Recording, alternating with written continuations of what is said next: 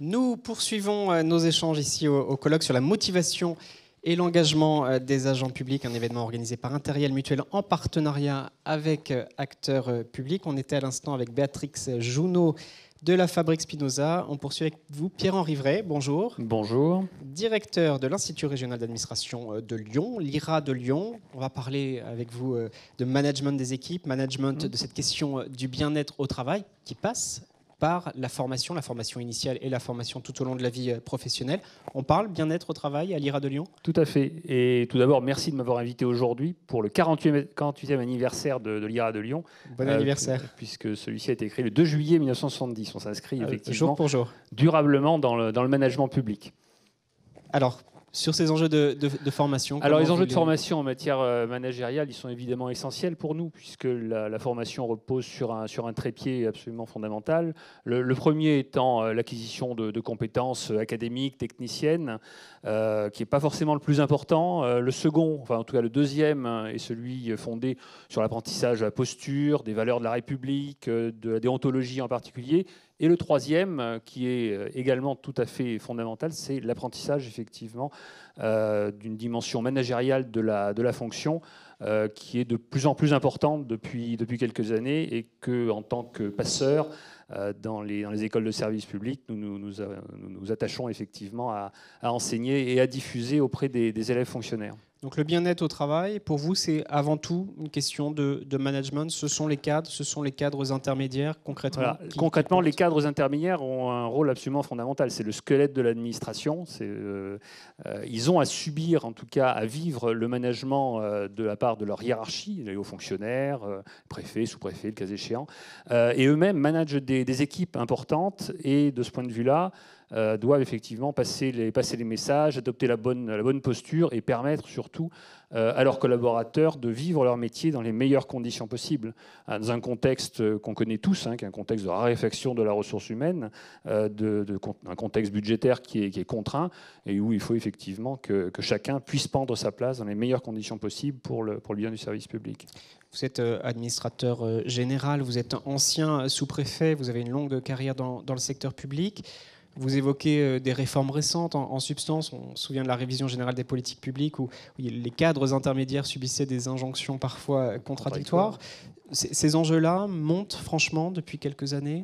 De plus en plus, depuis quelques années en particulier, notre tutelle, la Direction générale de l'administration et de la fonction publique, débloque des moyens importants pour faire en sorte que les cadres intermédiaires puissent affronter au travers de formations management, mais cette fois-ci plus en formation continue qu'en formation initiale, puissent faire face effectivement aux enjeux liés aux restructurations territoriales qu'a connues l'administration d'État depuis quelques années. Donc là, on est effectivement attendu sur le sujet. En formation continue. En formation initiale, c'est véritablement, pour les élèves attachés, par exemple, d'un IRA comme le mien, je veux dire, un discours permanent qu'on tient, comme quoi voilà, l'accompagnement des collaborateurs, ça fait pleinement partie du métier. C'est même l'essentiel pour un cadre administratif. Donc, de ce point de vue-là, on a guère le choix et c'est un discours constant que nous tenons. Est-ce que, alors, quelles clés, concrètement, quelles clés RH, si je puis dire, vous leur donnez? C'est quoi? C'est une gestion plus transverse? C'est une gestion plus en co-construction avec les équipes? Comment on fait pour que cette problématique du bien-être au travail infuse? C'est très simple. C'est très clairement, quelque part, d'être à l'écoute du collaborateur, d'être en accompagnement personnel et professionnel permanent, d'être véritablement en accompagnement du développement du collaborateur. Et pour ça, il faut du temps. Pour ça, il faut prendre du temps. C'est-à-dire le responsable hiérarchique lui-même doit savoir hiérarchiser ses enjeux, hiérarchiser ses urgences et faire en sorte que l'accompagnement du collaborateur soit un métier pas à temps plein, mais en tout cas soit une part importante du métier de l'encadrant. Et pour ça, il faut prendre du temps, ne pas être pris en permanence par l'urgence. Et ça, c'est effectivement un discours qu'on tient à nos élèves, car eux-mêmes vont devoir permettre à leurs collaborateurs d'être bien sur leur poste et d'être efficaces pour le service. Alors vous le dites, c'est simple, sauf que c'est plus compliqué que ça dans les faits. Vous évoquez la pression sur les dépenses publiques. Oui, comment on fait quand on voit que peut-être des postes vont être supprimés, quand on voit que les managers, les agents sont en première ligne, ça remonte dans le baromètre avec la question du stress. Clairement, les attachés en particulier que nous formons en formation initiale. Comment vous leur permettez de gagner du temps? Ils sont soumis à des injonctions contradictoires. C'est un métier difficile. Ils sont effectivement sur la crête et un petit peu au combat permanent. Et notre rôle, c'est de leur donner tous les outils pour faire en sorte de surmonter ces injonctions contradictoires. C'est tout l'enjeu de l'année de formation. Donc c'est aussi peut-être comment dire, question de posture peut-être. Avant, le secteur public était abordé de façon très hiérarchique, un peu en silo. On essaie de mettre l'accent, si vous voulez, sur une dimension plus qualitative de la ressource humaine.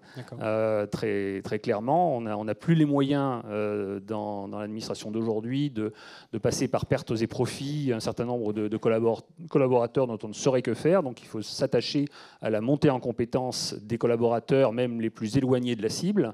Et pour ça, donc un effort de formation permanente et surtout de formation continue est absolument essentiel. Ça nécessite quelque part que la fonction RH et la fonction formation soient internalisées par les administrations beaucoup plus qu'elle ne l'est actuellement, qu'on ne déporte pas, si vous voulez, cette fonction sur les bureaux formation, sur les bureaux du personnel, voire sur les écoles de services publics, mais qu'on l'intègre pleinement à sa pratique professionnelle. C'est une véritable révolution culturelle qui là est demandée de la part des administrations, cette dimension RH qui doit être intégrée au métier, même aux métiers les plus techniciens. C'est ça, tous les managers doivent avoir une dimension RH et peut-être aussi faut-il que les professionnels RH soient plus haut dans l'organigramme, peut-être associés aux décisions structurantes. En tout cas, qu'ils soient associés, c'est certain. Plus haut, pas toujours été. Plus haut, je ne sais pas. En tout cas, que ce dialogue entre les directions métiers et les directions techniciennes et les bureaux RH soit permanente en intégrant pleinement la dimension managériale. Je pense que c'est une nécessité. Oui. Le message est passé. Je prends juste,